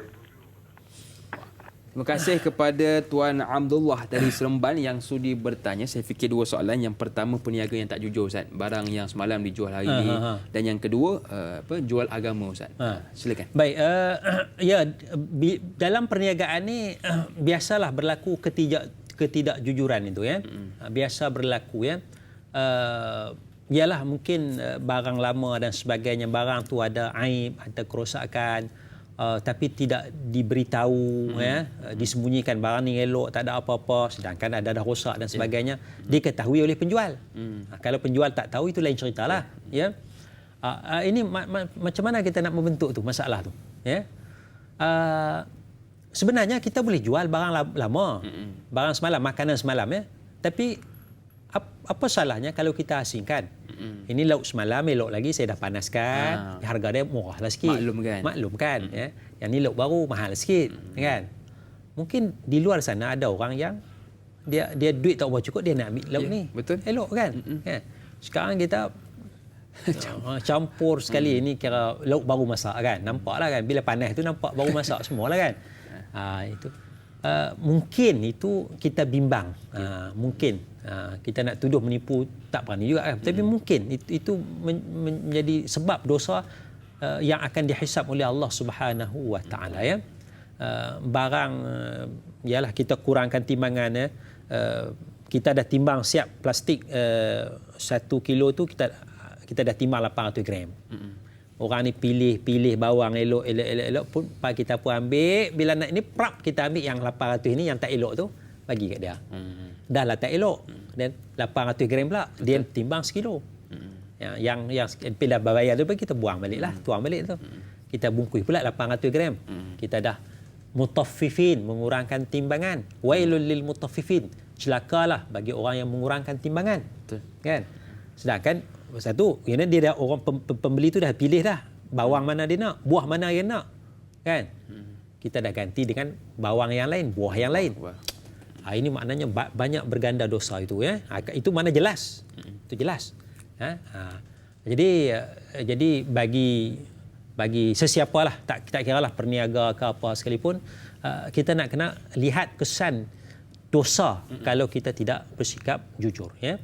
Itu satu. Yang kedua tadi tentang jual agama, Ustaz. Macam mana kita nak bawa contoh jual agama ni ya? Contoh mungkin macam ni ayat apa 30 juzuk wallah alam ya. Mungkin itulah maknanya kita jual produk-produk yang kita gunakan, tempelkan nama agama nama agama. Kita jual jagung bakar. Jagung bakar ni telah dibacakan surah Al-Baqarah kan. Panjang tu. Panjang tu kan, surah Al-Baqarah kan. Saya buat contoh ni yang tak ada lagi ni. Tak ada lagi. Kalau buat contoh yang ada ni orang terasa. Contoh yang tak ada, jagung bakar ni special. Telah diruqyahkan, telah dijampi oleh Al-Fadil Ustaz Muhammad Nizam. Kan? Beli. Boleh contoh kan. Siapa makan jagung bakar ni tak akan terkena sihir. Sebab sudah dibacakan surah Baqarah. Kan? Harga dia mahal sikit. Kalau yang secawan tu RM3. Yang ni RM30. RM30. Itu baru Baqarah, Ustaz. Itu baru Baqarah. Kalau 30 juzuk tu mahal lagi lah. Kan? Jadi saya ingat tak berapa nak cantik jugalah. Ya? Tak berapa cantik. Sebab patutnya kita jual makanan je lah. Kan? Kalau jampi tu lain pula. Jampi tu lain pula. Itu kes lain. Ini segala-galanya kita nak jampi. Jagung bakar nak jampi. Nak jual daging ayam sembelih pun ni saya dah jampi ayam sembelih ni kan. Ayam sembelih ni ayam yang telah dikawinkan. Ada gitu. Ayam telah dikawin. Ayam ni tidak berzina. Jadi anak-anak ni, anak ayam tu anak yang halal. Jadi benda-benda macam ni mengaburi mata masyarakat. Kan? Sedangkan tidak ada hukum pun ayam tu perlu dikawinkan. Ya. Siapa yang nak jadi saksi nikah? Siapa yang terima nikah? Ayam jantan terima nikah kah? Kan? Jadi kita gunakan istilah agama. Mungkin jual agama ni kita gunakan istilah agama yang baik, yang murni ni untuk melariskan produk jualan kita. Kan? Kalau kita kata jampi sebagai contoh, memang jampi itu ada dalam Islam, ada dalam hadis. Maknanya seorang tu datang, ketua dia sakit, kena patuk binatang berbisa, minta tolong kepada sahabat Nabi. Sahabat Nabi kata boleh, tapi kena bagi upah kambing kepada kami. Maka dia jampi, alhamdulillah Allah bagi lega, dapat upah kambing. Dan bila bagi tahu kepada Rasulullah sallallahu alaihi wasallam, Rasulullah tanya mana bahagian aku kambing tu? Maknanya bolehlah jampi kambing, jampi dengan upah kambing tu. Dia macam tu je. Dia macam tu je. Bukan kata sampai nak buat produk kan. Nak jual handphone ni telah dijampi, scammer tak boleh masuk. Scammer tak boleh masuk kan. Saya pun nak beli tu. Kan. Jadi Allahu Akbar, saya ingat kita kena buanglah macam ni jampi doa ya, dan kita nak bersedekah kepada ustaz yang jampi itu, kita sedekahlah. Kan? Kita sedekahlah, kan? Tapi kalau kita kata nak jual produk ni yang telah dijampi dengan 30 juzuk Al-Quran, 30 juzuk Al-Quran ni pula telah dibaca di hadapan Kaabah, kan? Pada bulan Ramadan, kan? Jadi bila masa kita duduk depan Kaabah boleh baca 30, bila masa kita bawa produk ni, kan? Kadang dia ambil ayak sebotol je, Memang dia baca Quran sungguh, dia baca Quran 30 juzuk depan Kaabah, dia pergi umrah sebotol tu dia balik campur dengan ayak satu kolah tu, orang semua dah kira jampi lah. Sedangkan satu botol ya. Betul. Mana kita dah berbohong kat situ. Ya. Ya. Wallahu a'lam. Jadi eloknya kita berhati-hatilah ya. Ustaz, jadi mana kepada peniaga di luar sana, hati-hati jangan sampai kita tahap menipu dan menjual agama Ustaz. Saya bimbang maknanya orang bukan salah pandang serong kepada kita. Itu pun kita tak suka lah. Saya bimbang orang pandang serong, pandang tidak elok kepada agama Islam. Betul. Pandang tidak elok kepada agama Islam. Orang kata ni kalau makan produk ni anak jadi cerdik. Pasal produk ni telah dijampi dengan Al-Quran. Makan anak dia tak cerdik pun. Orang salahkan ni. Orang salahkan agama. Betul. Itu. Jadi dia benci kepada agama, benci kepada Islam. Kesannya bukan kita sahaja. Bukan kita saja. Jadi kita telah iftira' 'ala Allahil kazib. Kita telah mengada-ngadakan pembohongan atas nama Allah Subhanahu wa taala, atas nama agama. Ya. Jadi bukan kata tak boleh jual produk jual ya. Kita nak jampi, tapi kita nak kena berhati-hati. Jangan sampai kita kata istilah sekarang jual agama, penunggang agama tu kita kena jaga. Wallahu a'lam. Baik Ustaz, tadi ada dua soalan yang diajukan oleh Rahimah Saud tentang soalan yang kedua, iaitu ganjaran Ustaz, orang yang bercakap jujur. Baik. Orang yang jujur ini kita akan nampak ganjarannya tu di dunia. Okey. Misalnya majoriti orang suka kepada orang jujur. Betul. Saya tak kata semualah. Ya, mungkin ada orang tak suka orang jujur ni. Tapi majoriti orang akan suka kepada orang jujur. Itu satu ganjaran, nampak. Ya, nampak. Kalau kita deal, kita buat satu perjanjian ya, dan kita bersikap jujur ya, orang tak akan marah kepada kita. Ya. Kita janji nak jumpa pukul berapa, kita datang tepat pada masanya atau lebih awal. Kita nak janji bayar hutang, kita bayar. Orang akan suka. Orang akan suka buat bisnes dengan kita dan sebagainya. Ada nama kita apa? Kita brand kita tu. Nama kita nama yang elok, nama yang bersih. Maknanya orang akan mudah percaya. Jadi jujur itu menyebabkan orang percaya. Bila orang percaya tu senang kehidupan kita. Kita nak buat bisnes dan sebagainya. Tapi bila kita nama tak elok, kita dah suka menipu dan sebagainya, nama kita tak elok, balasan tu nampak dah. Orang depan kita mungkin orang baik, okey, no problem, tak ada masalah. Tapi di belakang orang tak nak cakap, tak nak bisnes dengan kita. Depan tu orang nak jaga air muka kita dan sebagainya. Wallahu a'lam. Baik, jadi itu antara kesan jikalau kita bercakap jujur, ramai orang suka. Dan kadang-kadang kita perasan juga kan, bila kita cakap dengan perkara yang betul, tidak berbohong, kita tengok ramai orang akan mula mendekati kita dan suka akan hidup dengan kita. Sebab itu kalau boleh tekankan sifat jujur ini bukan sahaja dalam diri kita, kepada suami kita, isteri kita maupun anak beranak kita, insya-Allah. Baiklah, sedang penonton yang dirahmati Allah sekalian. Soalan seterusnya diajukan melalui WhatsApp. Assalam Ustaz dan Da'i. Waalaikumsalam. Apakah manfaat jika bersifat jujur dalam segala hal dan apakah kesan buruk jika tidak jujur? Yang kedua, apabila seseorang berjanji tetapi ia mungkir akan janjinya, adakah ia juga dalam kategori munafik dan tidak jujur? Mohon Ustaz jelaskan. Terima kasih. Terima kasih kepada yang sudi bertanya, Ustaz. Baik, macam tadilah makna manfaat ya. Bila kita jujur ni, salah satunya ialah kehidupan kita senang. Betul. Tuan-tuan, bila kita tak jujur, kita terpaksa mencipta 100 atau 10 ketidakjujuran untuk menutup ketidakjujuran yang awal. Ya. Kita berbohong, kita terpaksa mencipta 10 lagi pembohongan untuk menutup pembohongan yang pertama. Betul. Dan kita terpaksa mencipta 10 lagi pembohongan untuk menutup pembohongan yang kedua, ketiga dan sebagainya. Cantik ayat tu. Jadi selama-lamanya kita akan susah hati. Betul. Ya. Contoh kita kata ustaz lah senang. Ustaz penceramah tak datang. Minta maaf saya tak datang kuliah ni kerana sakit gigi. Kan? Sedangkan kita nak pergi ceramah tempat lain. Betul. Bayaran mahal.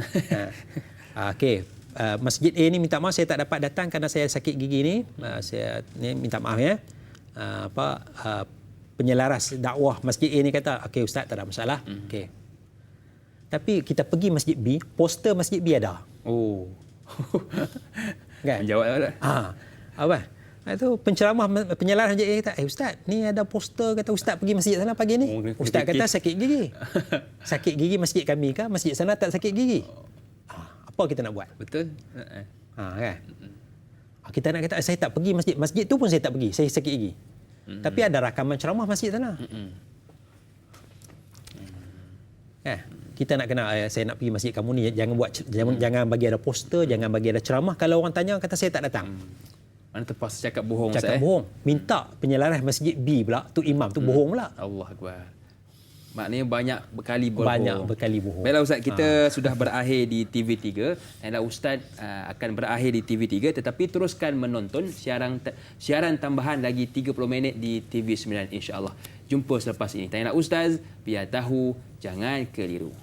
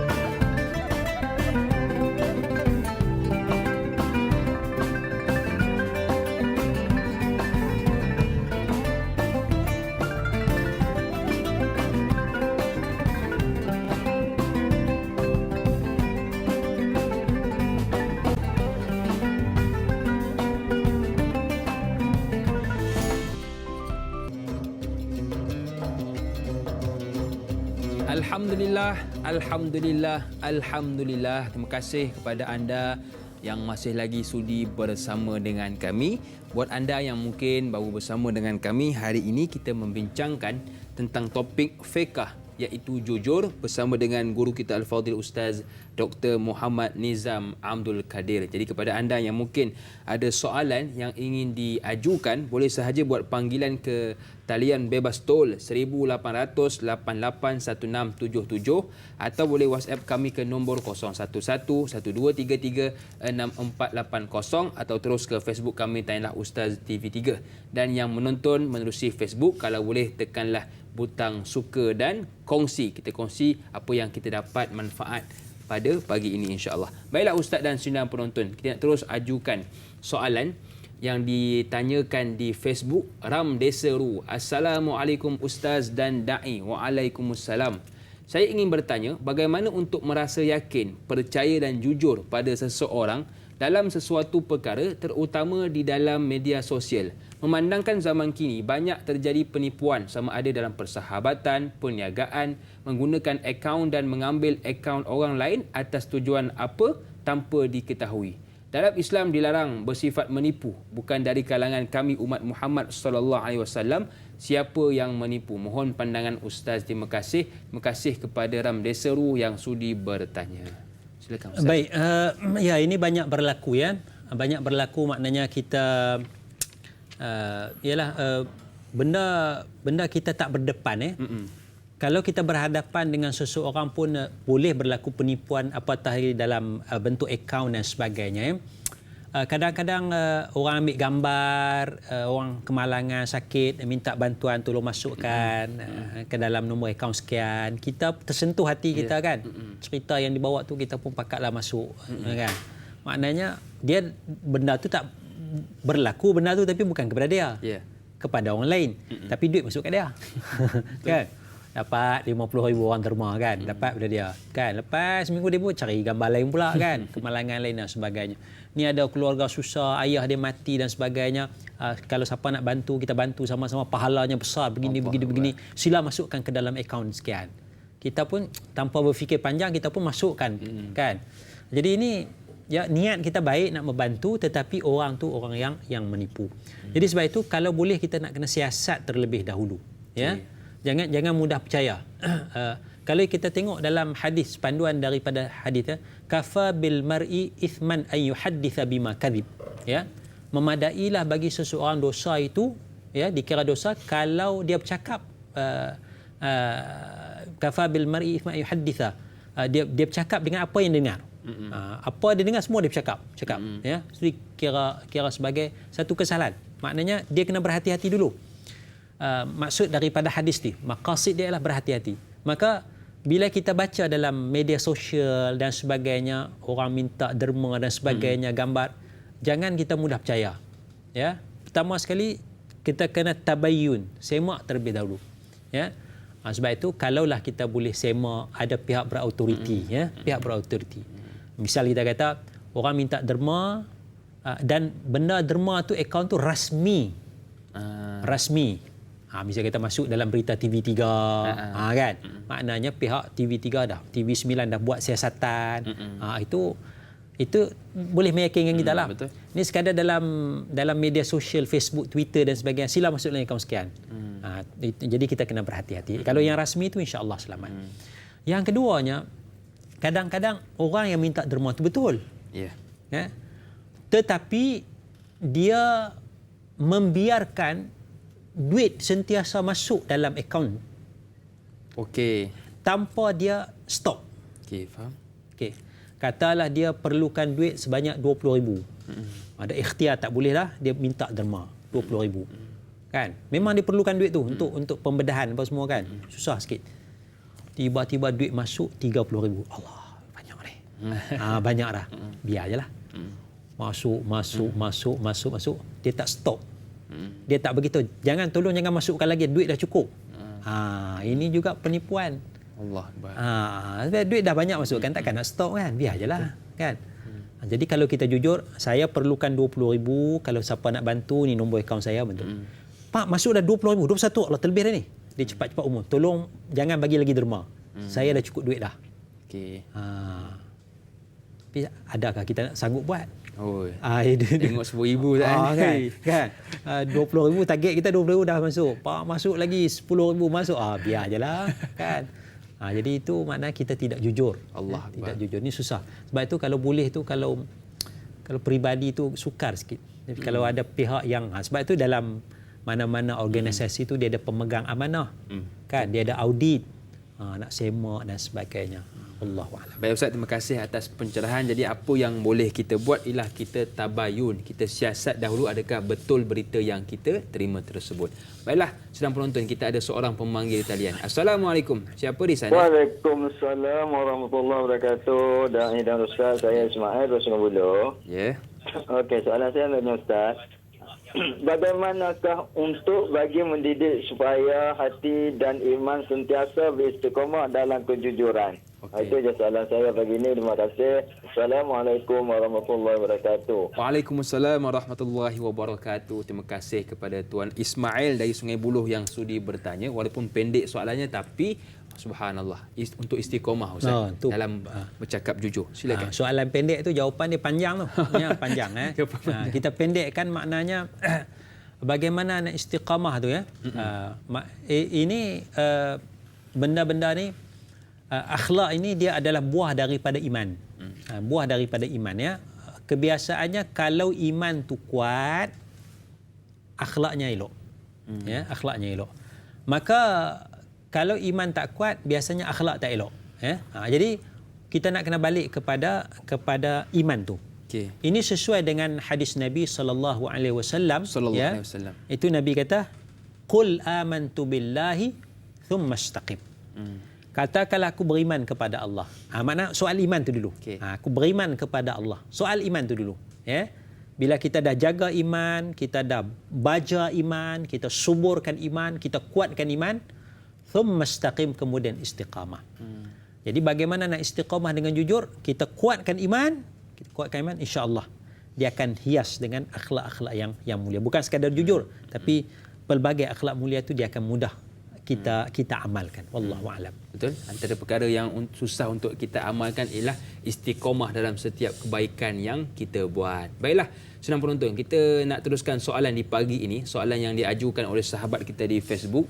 Ita Muzwita. Assalamualaikum Ustaz, Da'i dan semua penonton serta kru TU TV3 dan TV9. Moga dalam rahmat Allah selalu. Waalaikumsalam.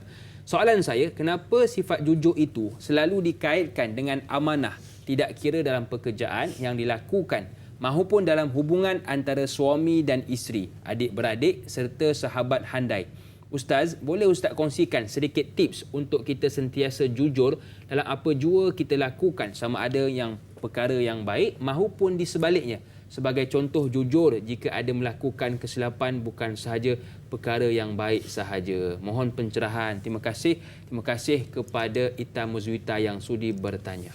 Baik, yang pertama, kenapa jujur dikaitkan dengan amanah? Kenapa jujur dikaitkan dengan amanah? Ya, dia berkait itu sebab kalau kita tengok rentetan dia, siddiq, amanah, tabligh, fatanah. Kan? Maknanya daripada siddiq, daripada orang yang jujur inilah barulah akan datang sifat amanah. Okey. Kalau dia tidak jujur, dia tidak akan amanah. Dia tidak akan amanah dalam masalah duit, dia tak akan amanah dalam masalah jawatan dan sebagainya sebab dia tidak ada kejujuran. Jadi jujur itu mungkin kita kata dari sudut percakapan. Jujur itu dari sudut percakapan, manakala amanah itu dari sudut perbuatan. Amanah itu dari sudut perbuatan. Dia itu seorang yang amanah. Dia jaga duit elok, dia tak songlap duit, dia tak curi duit, dia jaga tugas dengan itu amanah dari sudut perbuatan. Jujur itu dari sudut perkataan. Secara mudah begitu. Jadi orang yang jujur, perkataan dia, mulut dia bercakap benar, ya, insya-Allah dari sudut tindakan dia itu dia akan bersifat amanah. Ya, kalau dia tidak amanah, dia tidak akan jujur. Kalau dia tak jujur, dia tak boleh bersifat amanah. Itu berkait, ya, jujur dengan amanah, ya, siddiq dan juga amanah, ya. Yang kedua tadi tentang tips, Ustaz, bagaimana untuk cakap jujur. Tips nak bercakap jujur ni kita kena fikir kesan lah kot, ya. Salah satu kesan. Apa kesan dia kalau aku tidak jujur? Apa kesan dia kalau aku tidak jujur? Ya. Macam saya sebutkan tadi, kalau aku tidak jujur, aku terpaksa mencipta 10 lagi pembohongan. Hidup kita akan susah. Kan? Susah. Orang tanya kenapa ustaz tak datang, sakit gigi demam. Tapi ada poster ceramah tempat lain ni, kan? Ceramah tempat tu pun saya tak pergi. Tapi ada rakaman video ceramah pagi tadi masuk dalam YouTube dah. Pening kepala nak jawab. Kalau macam tu ustaz tak payah datanglah tempat ceramah kami lagi, lain-kali kami tak mau panggil dah. Kita hilang tempat nak menyebarkan ilmu. Betul kan? Ceramah sana sekali-sekala. Ceramah ni tetap. Betul. Kerana kita menipu hak tetap ni, hak tetap ni tak mau panggil kita dah. Kita hilang peluang nak menyampaikan ilmu. Kita tidak ada akhlak. Tidak ada akhlak. Apa salahnya kita beritahu, minta maaf saya tak dapat datang. Jangan datang pagi itu baru beritahu. Bagi tahulah 3 hari 4 hari kan. 3-4 hari sebelum, minta maaf saya tak dapat datang. Ada satu ceramah tempat lain yang sekali-sekala saya nak pergi. Ceramah Ma'al Hijrah ke apa kan. Kan. Jadi kita tak menipu, jelas. Ya, betul. Kan? Orang tak boleh kata, kenapa ustaz tak datang? Dah saya beritahu saya ada ceramah tentu. Yang ni tetap. Kan? Sebulan sekali, sebulan 2 kali. Yang ni 3 tahun sekali baru panggil kan. Jadi sini boleh isi dengan majlis ilmu. Faham kan? Senang hidup kita selamat. Betul. Begitulah suami isteri dan sebagainya. Suami-suami di luar sana menipu nak kahwin 2. Itu kan. Itu banyak juga ustaz. Ya Allah. Kan? Boleh menipu kahwin 2 ni, boleh. Tapi bagaimana nak hidup selepas tu? Betul. Kan? Dia bukan kahwin 2 tu habis dah. Ada lagi. Nak kena pergi tengok rumah isteri kedua. Terpaksa berbohong lagi. Terpaksa berbohong. Malam ni ceramah jauh sikit, balik lambat kan. Kan takkan dah tiap-tiap malam ceramah jauh kan. Duduk ni di sini ni, Damansara, Pitalinjaya ni. Malam ni ceramah di Seremban. Malam esok ceramah di Melaka. Malam lusa ceramah di Perak. Jauh ceramah abang. Jauh. Kan? Tak ada ceramah dekat. Baik Ustaz. Jadi suami di luar sana susah. Kan? Jadi cara selamat berani nak kahwin tu jujur bagi tahu. Kan? Dia bergaduh lah. Kan? Mula-mula tu kan. Tapi hidup senang lepas tu.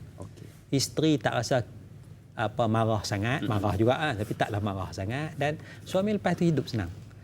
Maknanya itu penting. Penting.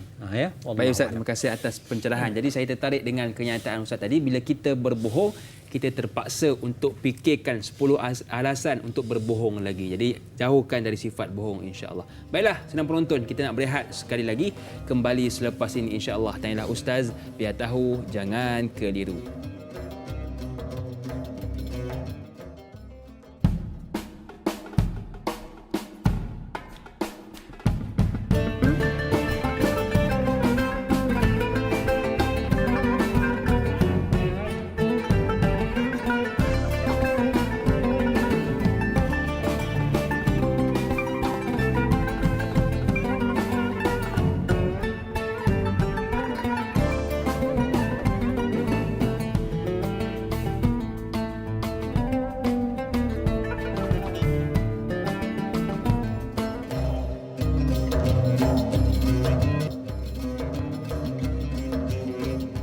Alhamdulillah, terima kasih kepada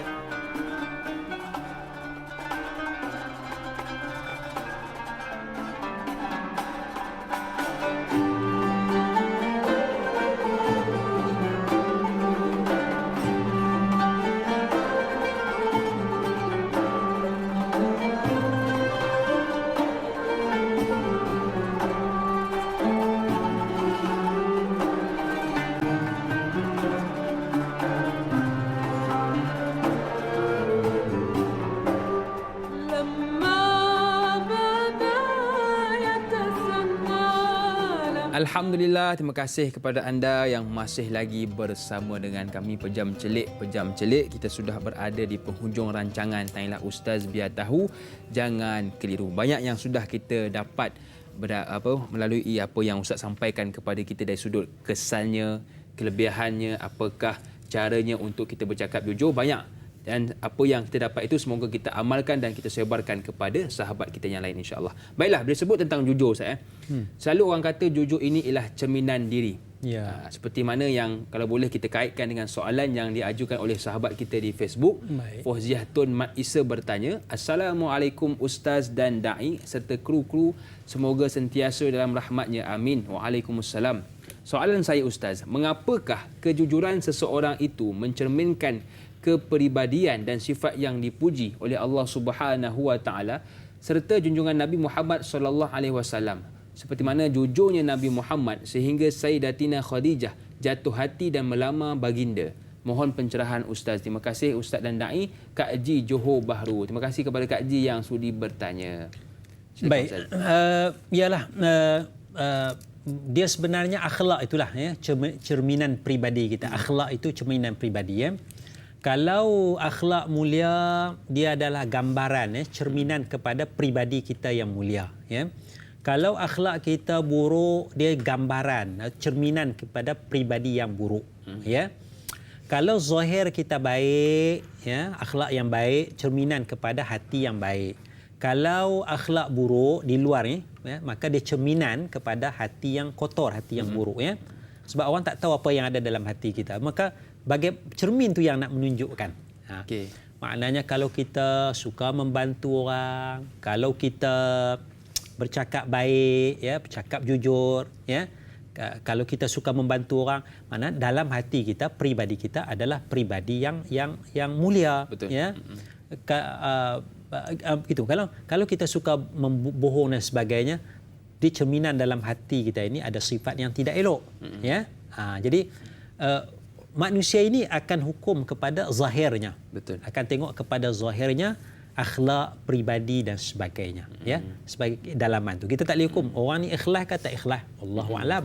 Betul. Tapi dia nampak dia suka membantu orang, dia bersedekah, itu cerminan kepada hati yang baik. Itu je. Ya. Maka sebab itulah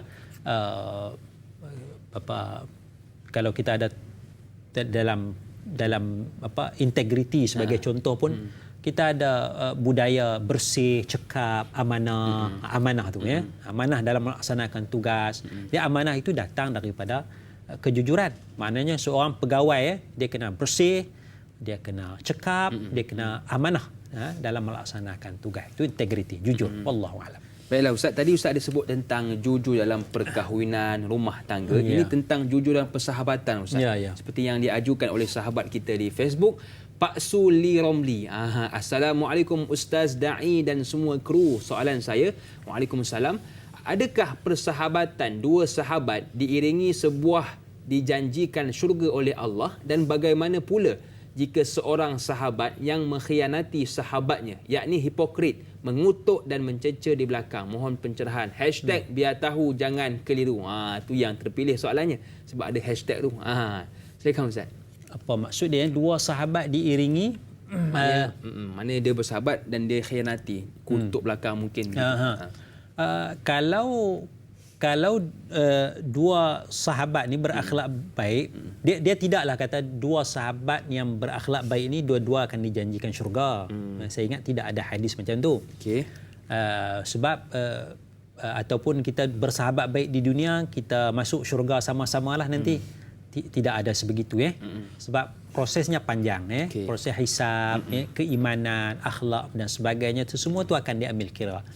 Bagaimana kita tidak ada janji untuk masuk syurga bersama-sama.